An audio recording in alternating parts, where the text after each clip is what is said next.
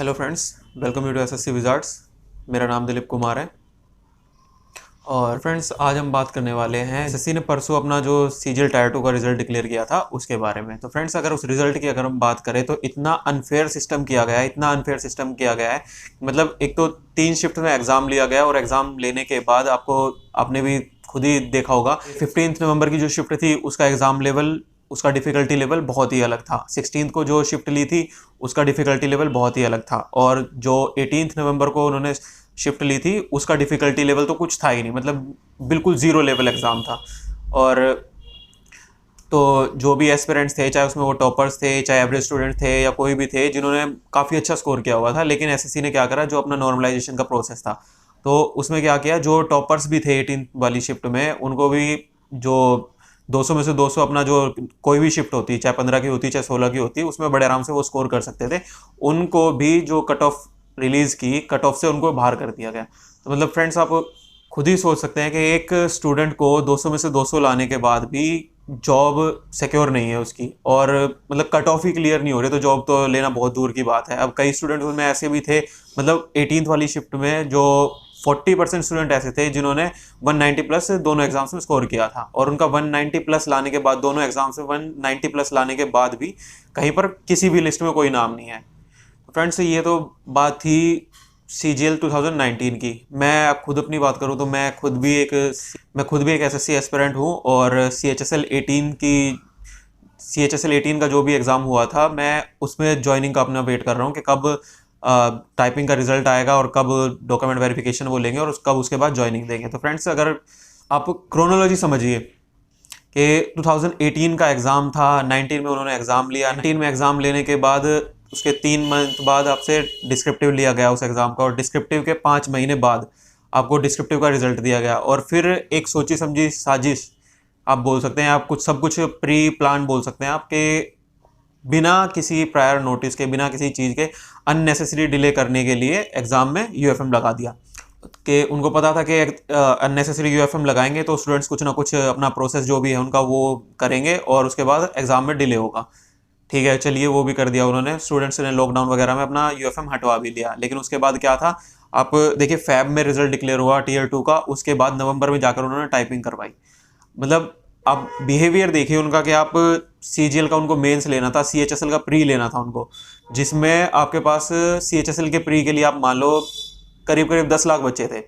तो 10 लाख स्टूडेंट्स का एग्जाम कराने के लिए उनके पास टाइम था, उनके पास गाइडलाइंस थी कोविड की कि हम ये एग्जाम करा देंगे। लेकिन सीएचएसएल का 35,000 स्टूडेंट थे जिनकी उनको टाइपिंग लेनी थी। अगर वो चाहते तो हर सेंटर पर अपना पूरी सोशल डिस्टेंसिंग के साथ सब चीज़ों को मेंटेन करके वो बड़े आराम से उनका टेस्ट पहले करा सकते थे। लेकिन नवंबर में उनका टेस्ट कराया, ठीक है, कोई इशू नहीं है, नवंबर में उनका टाइपिंग टेस्ट करा लिया गया। लेकिन टाइपिंग टेस्ट के रिजल्ट के बारे में अभी तक कहीं भी कोई बात नहीं है, और जो उनका डीवी होना है उसके बारे में कोई बात नहीं है, और जो उनका फाइनल रिजल्ट है उसके बारे में कोई बात नहीं है। जब से 18 वाले स्टूडेंट कर क्या रहे हैं, सिर्फ दूसरे एग्जाम्स की कट ऑफ देख रहे हैं और अपने ज्वाइनिंग्स वगैरह के बारे में वरीड है। तो फ्रेंड्स, एसएससी के बिहेवियर की बात करें तो एसएससी का बिहेवियर ऐसा हो चुका है कि मतलब साल में 2 एग्ज़ाम ले रहे हैं वो, और 2 एग्ज़ाम लेने के बाद भी उनका रिजल्ट 6-6 महीने 8-8 महीने बाद दे रहे हैं। तो उसका फ्रेंड्स डायरेक्ट नुकसान ये हो रहा है कि आप देख सकते हैं कि जो सीजीएल 18 वाले कैंडिडेट्स थे वो 19 के एग्ज़ाम भी दे रहे हैं, 19 वाले कैंडिडेट्स हैं वो 20 का एग्ज़ाम भी दे रहे हैं,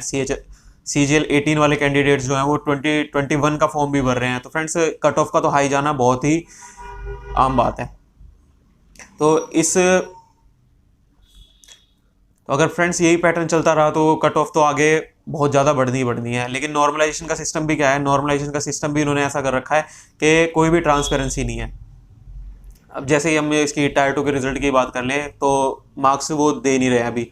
उन्होंने बोल दिया कि मार्क्स आएंगे बाद में, और मार्क्स वो कब देंगे, जब टायर 3 का रिजल्ट उनको देना होगा उसके साथ में वो मार्क्स देंगे अपना। तो फ्रेंड्स, तब तक क्या करें लोग जो 18 वाली शिफ्ट के थे या फिर 15 वाली शिफ्ट के थे, 16 वाली शिफ्ट के थे, मार्क्स उनको पता नहीं है, तब तक करें क्या वो लोग?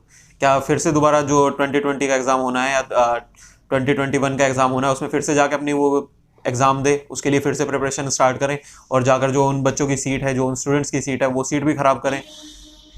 फ्रेंड्स, आप सीएचएसएल 18 का ही देख लीजिए, अगर वो 1 साल में प्रोसीजर अपना कंप्लीट कर देते हैं फाइनल ज्वाइनिंग तक का, तो अब तक जो हर एस्पिरेंट है जो भी उसमें रैंक वगैरह अपने लेकर बैठे हैं, जो भी सिलेक्शन की रेंज में है, वो स्टूडेंट्स भी फ्रेंड्स कहीं ना कहीं आप देखें तो उनका कम से कम भी माने तो अगर 30,000 भी पर मंथ लेते हैं। एलडीसी की पोस्ट ही मिलती है सबको, डाटा एंट्री ऑपरेटर और पोस्टल असिस्टेंट। एलडीसी की पोस्ट ही देखिए, एलडीसी की पोस्ट से भी अगर वो काम कर रहे होते तो कम से कम अब तक इन 3 सालों में 10 लाख रुपए तक का एस्टिमेट उनका बन जाता था।